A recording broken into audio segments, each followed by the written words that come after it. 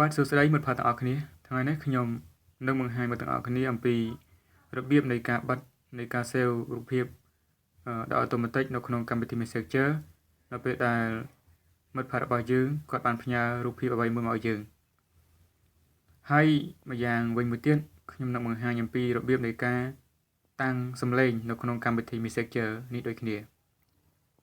ដំបូងយើងត្រូវទៅបើកកម្មវិធី Messenger ជាមុនសិន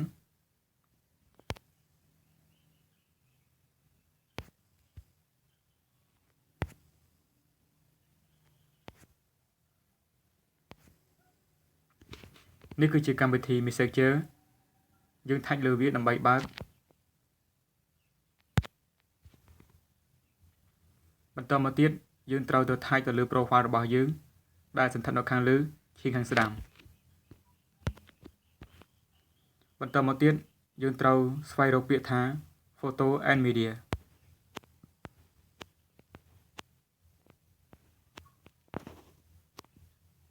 ថាច់លើវាបន្ទាប់មកវានឹងបង្ហាញលក្ខណៈបែបនេះយើងគ្រាន់តែថាច់ទៅលើសញ្ញាពណ៌ខៀវដើម្បីបិទវាពេលនោះនៅពេលដែលមិត្តភ័ក្តិរបស់យើងគាត់ផ្ញើរូបភាពអ្វីមួយមកយើងវាមិនអាច save ដោយ automatic បានទេ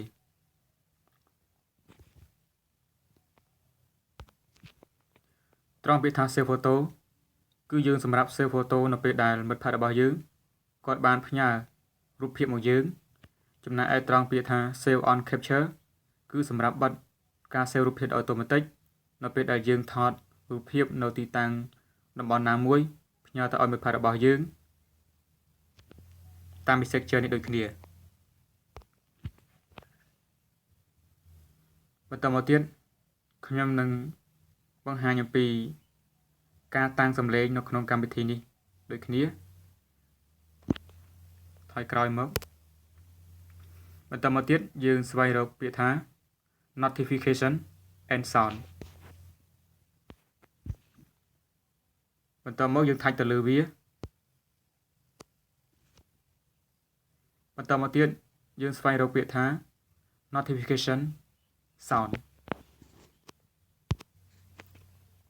នៅពេលដែលយើងថាច់ទៅលើវាគឺវាបង្ហាញនៅប្រភេទ sound ជាច្រើនសម្រាប់ឲ្យយើងជ្រើសរើស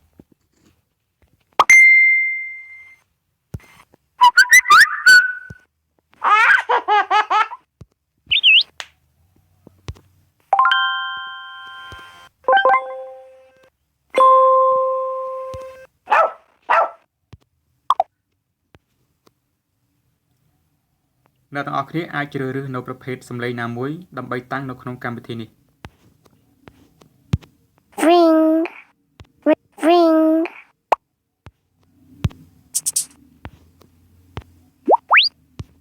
ឥឡូវខ្ញុំជ្រើសរើស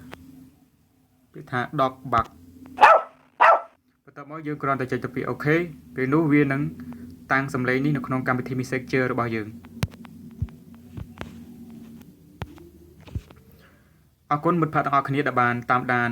នៅវីដេអូមួយនេះ